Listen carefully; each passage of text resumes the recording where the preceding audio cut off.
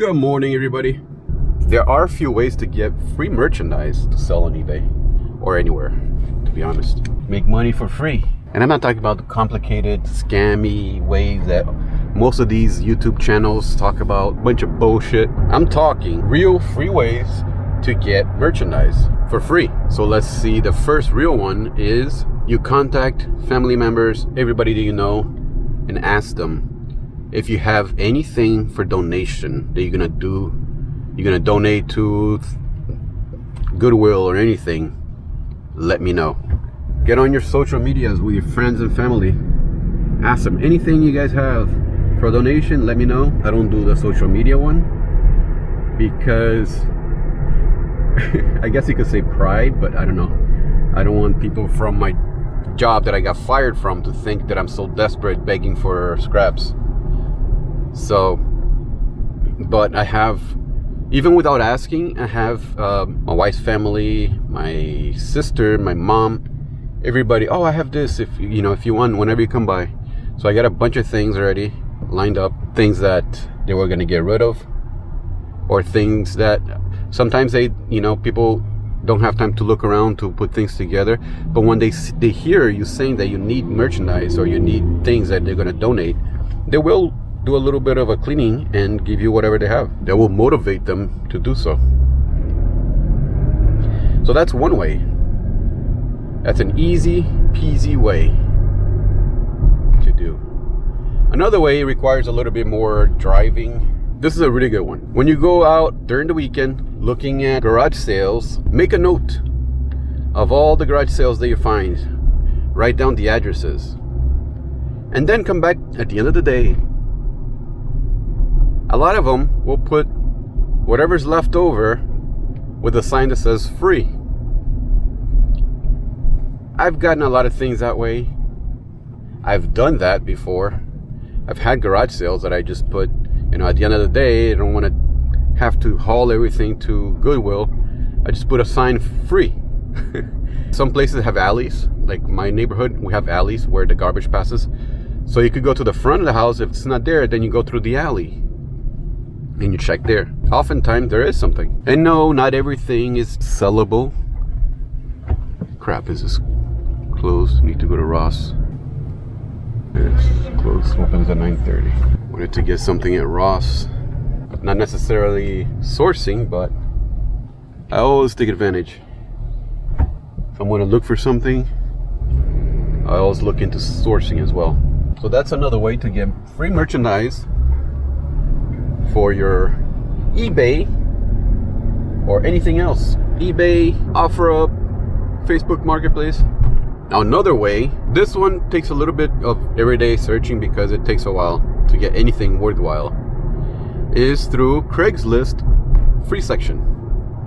The free section of Craigslist. 99% of the stuff there, at least in my area, I don't know about your area, 99% of the stuff is either too big, giving away bricks or pavers, stuff like that. All right, so there's one more way. In this way, you get premium merchandise. I don't know if premium is the word. You can get just about anything and it won't cost you anything. And that is consignment. So whenever you contact your friends and family about getting the items that they were gonna donate, you also ask them, is there anything you wanna sell or you wanna get rid of? Not for free. If I sell, I'll give you whatever you want. But this is a tricky one though.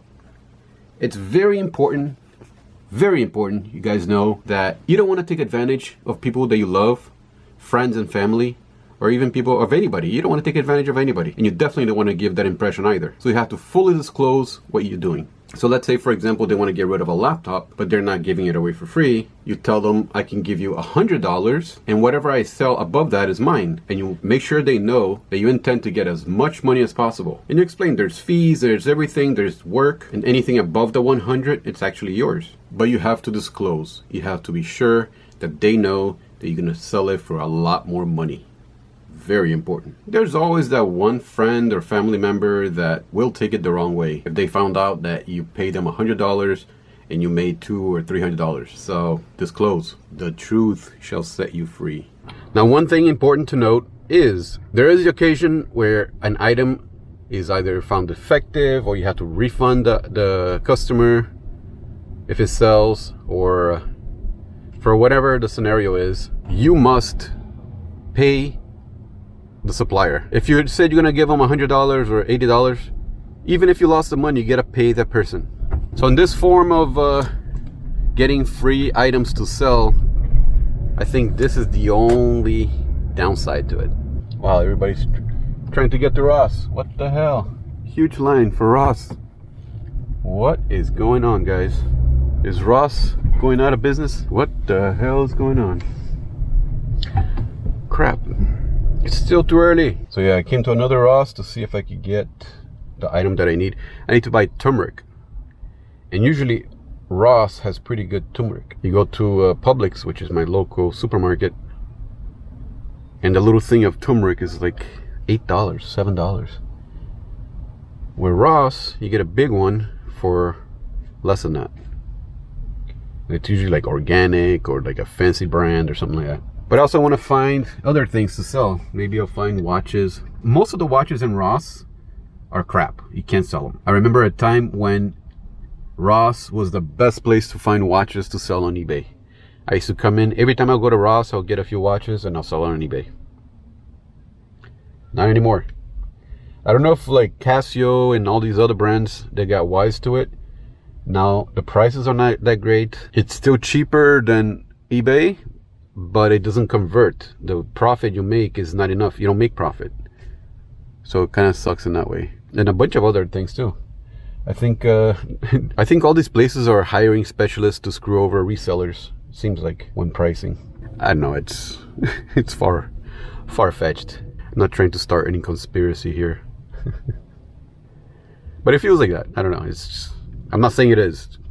Some of you guys jump on my throat if I say something, you know, in a joke, or if I say something ridiculous on purpose. I get everybody, oh, you're being this, you're being dramatic, you're being this. Nope. It's just the way it is. Burlington's open. I'm gonna go there.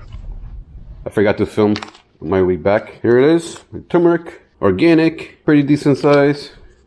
$3.99. This Saturday morning I dropped off a package on the post office. It's not scanning. Today is Tuesday, and customer is asking me what's going on. Package is not tracking. It's asking me to go drop it off. I know sometimes this happens. By the time it actually shows up in the tracking, the customer already has the item. But this is really annoying. There's one thing I hate about the post office, and a lot of times there's a huge line, so I don't like to make the line to scan my own packages. But I gotta start doing that. Since I got back to doing eBay, this is the first time this happens. It would happen every once in a while before. So let's go. I'm going to the post office, drop something else off. So I'm gonna make the line, and I'm gonna ask him what's going on. There was also another package that did go through, that did get scanned, that was dropped off yesterday. That was dropped off Monday, yesterday. So if that's scanning, the other one's not scanning, I don't know what's going on. And it was somewhat of a pricey item.